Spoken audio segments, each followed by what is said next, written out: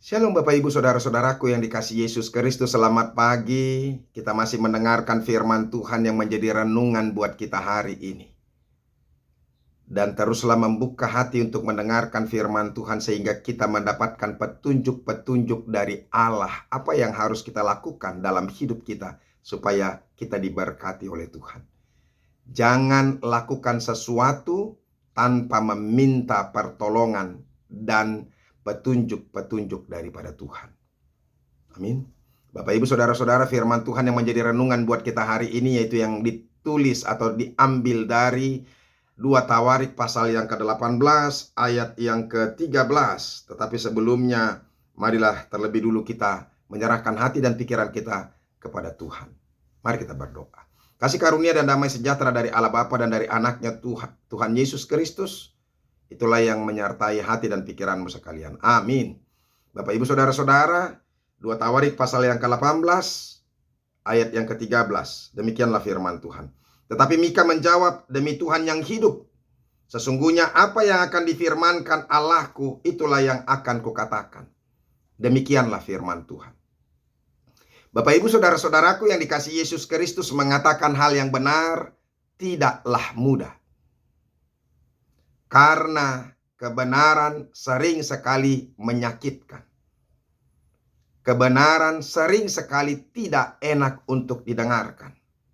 Kebenaran itu justru sering sekali membuat orang kecewa, kesal, bahkan marah kepada orang-orang yang menyampaikan kebenaran itu.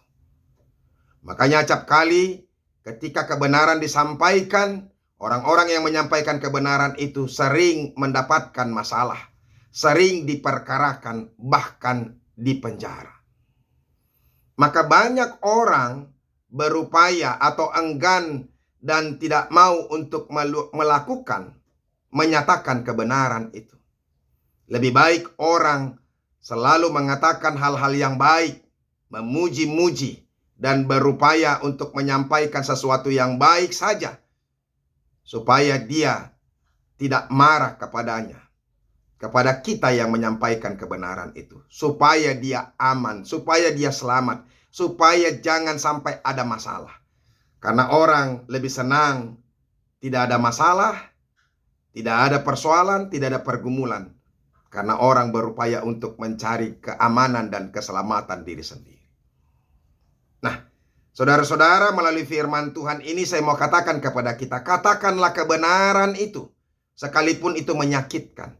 Katakanlah kebenaran itu, sekalipun orang bisa marah. Katakanlah kebenaran itu, sekalipun kita bisa dipenjara atau diperkarakan karenanya. Bukankah lebih baik mengatakan kebenaran, sekalipun itu menyakitkan, tetapi membuat orang menyadari kesalahan-kesalahannya? Bukankah lebih baik kita menyatakan kebenaran, sekalipun orang yang mendengarkannya itu bisa marah kepada kita, tetapi dia akan berubah, bahkan dia bertobat, akan berpaling kepada Tuhan dan menjauhkan kejahatan?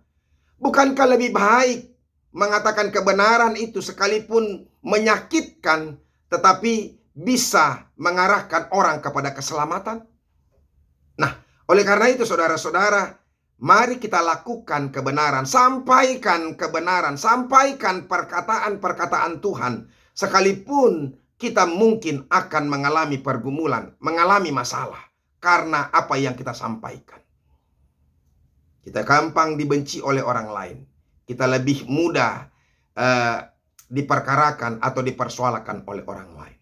Tapi itu lebih baik saudara-saudara, karena satu kebahagiaan bagi diri kita atau bagi Tuhan ketika orang-orang bisa bertobat, orang-orang bisa berpaling kepada Tuhan dan menyembah Dia, sekalipun kita akan mengalami pergumulan.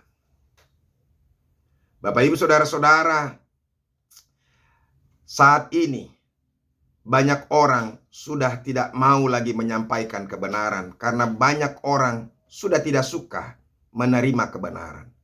Orang lebih senang menerima perkataan-perkataan pujian-pujian yang mengenakkan telinga daripada mengatakan kebenaran yang sesungguhnya. Itu yang dikatakan saudara-saudara 2 Timotius 4 ayat yang ketiga. Dia katakan, karena akan datang waktunya orang tidak dapat lagi menerima ajaran yang sehat. Tetapi mereka akan mengumpulkan guru-guru menurut kehendaknya untuk memuaskan keinginan telinganya. Nah, oleh karena itu, ya sudah saatnya memang tiba bahwa orang tidak bisa lagi mendengarkan nasihat-nasihat yang benar. Tapi orang hanya mau mendengar apa yang mengenakkan di telinganya. Tetapi menjadi orang Kristen, menjadi orang percaya, kita harus berani mengambil sikap, aku akan terus menyampaikan kebenaran itu. Biarlah Tuhan memberikan hikmat kepada kita untuk memberitakan kebenaran itu.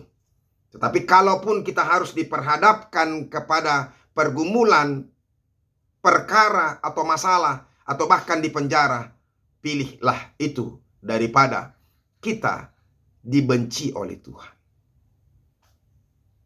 Saudara-saudaraku, demikian juga dengan Mika pada saat ini. Sebagai nabi Tuhan, dia berani mengatakan kepada Ahab bahwa mereka akan dihancurkan, mereka akan dikalahkan, dan bahkan Raja Ahab akan terbunuh di situ. Ini hebatnya. Dia sampaikan apa yang disampaikan oleh Tuhan tanpa sedikit pun mengatakan sesuatu yang tidak baik. Tanpa sedikit pun mengurangi perkataan yang disampaikan Tuhan. Engkau akan kucar-kacir, akan berantakan sama seperti kambing dan domba yang kucar-kacir. Kalian akan kalah dengan bangsa Ramot di Gilead itu. Nah, bahkan dia mengatakan bahwa raja akan terbunuh. Nah, ini yang tidak suka didengarkan oleh raja. Makanya dia dipenjara. Nah, Bapak Ibu saudara-saudara, tetapi lain dengan siapa? Dengan Yosafat. Yosafat justru dia mau meminta nasihat atau petunjuk dari Allah, dari nabi yang benar. Sekalipun dia sudah dengar 400 nabi yang diangkat, nabi palsu itu. Sebab dia tahu kebenaran itu tidak tergantung dari banyaknya orang yang mengatakan. Tapi kebenaran itu akan datang hanya dari perkataan Allah, dari mulut Allah. Makanya saudara-saudara, lebih baik mendengarkan firman Tuhan atau perkataan Tuhan sekalipun itu menyakitkan, daripada harus mendengarkan perkataan-perkataan orang banyak, tetapi itu merupakan hal yang palsu atau kepalsuan. Dia katakan, saudara-saudara, tidak adakah lagi di sini seorang nabi Tuhan supaya dengan perantaranya kita dapat meminta petunjuk? Ini hebatnya Yosafat. Dia mau menerima petunjuk Tuhan terlebih dulu untuk melakukan sesuatu. Dan karena dia yakin, saudara-saudara, ketika dia menerima petunjuk Tuhan, maka segala sesuatu yang dia lakukan akan menjadi berkat dan dia akan diselamatkan. Dan ternyata memang benar, dia diselamatkan. Ketika tadinya dia dikira adalah Raja Ahab, sehingga orang berupaya untuk membunuhnya. Tetapi Roh Allah membujuk musuh-musuhnya, orang Ramot bin Gilead tadi.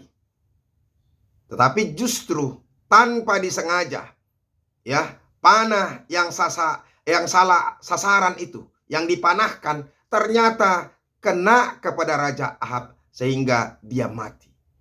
Bapak Ibu saudara-saudara, apa yang mau dikatakan di situ? Mari percaya kepada setiap firman Tuhan, sekalipun itu menyakitkan. Dengarkanlah teguran. Saudara-saudara, itu yang disampaikan oleh Amsal pasal yang ke-27, ayat yang kelima itu. Lebih baik teguran yang nyata-nyata daripada kasih yang tersembunyi. Lebih baik kita mendengarkan teguran daripada kasih yang tersembunyi. Seorang kawan memukul dengan maksud baik, tetapi seorang lawan mencium secara berlimpah-limpah. Hati-hati saudara-saudara dengan orang-orang yang memuji-muji, bahkan memeluk, mencium kita. Padahal belum tentu itu adalah dari hati yang terdalam. Tapi mungkin itu dari kepalsuan. Tetapi orang lebih senang melihat yang palsu daripada yang benar. Nah, oleh karena itu saya mau katakan kepada kita, yang pertama, jadilah berkata benar. Jangan menjadi orang yang palsu. minta petunjuk Tuhan dalam melakukan sesuatu, maka engkau akan diberkati dan diselamatkan. Dan jangan jadi orang yang palsu dalam hidupmu. Jadilah menjadi hamba Tuhan yang benar. Tuhan Yesus memberkati. Amin. Terima kasih Tuhan untuk firman-Mu yang kami dengarkan pada saat ini. Biarlah kami menjadi orang yang mau menyampaikan kebenaran dari firman Tuhan, dari perkataan-Mu, daripada kami harus menyatakan hal-hal yang palsu. Terima kasih Yesus. Amin.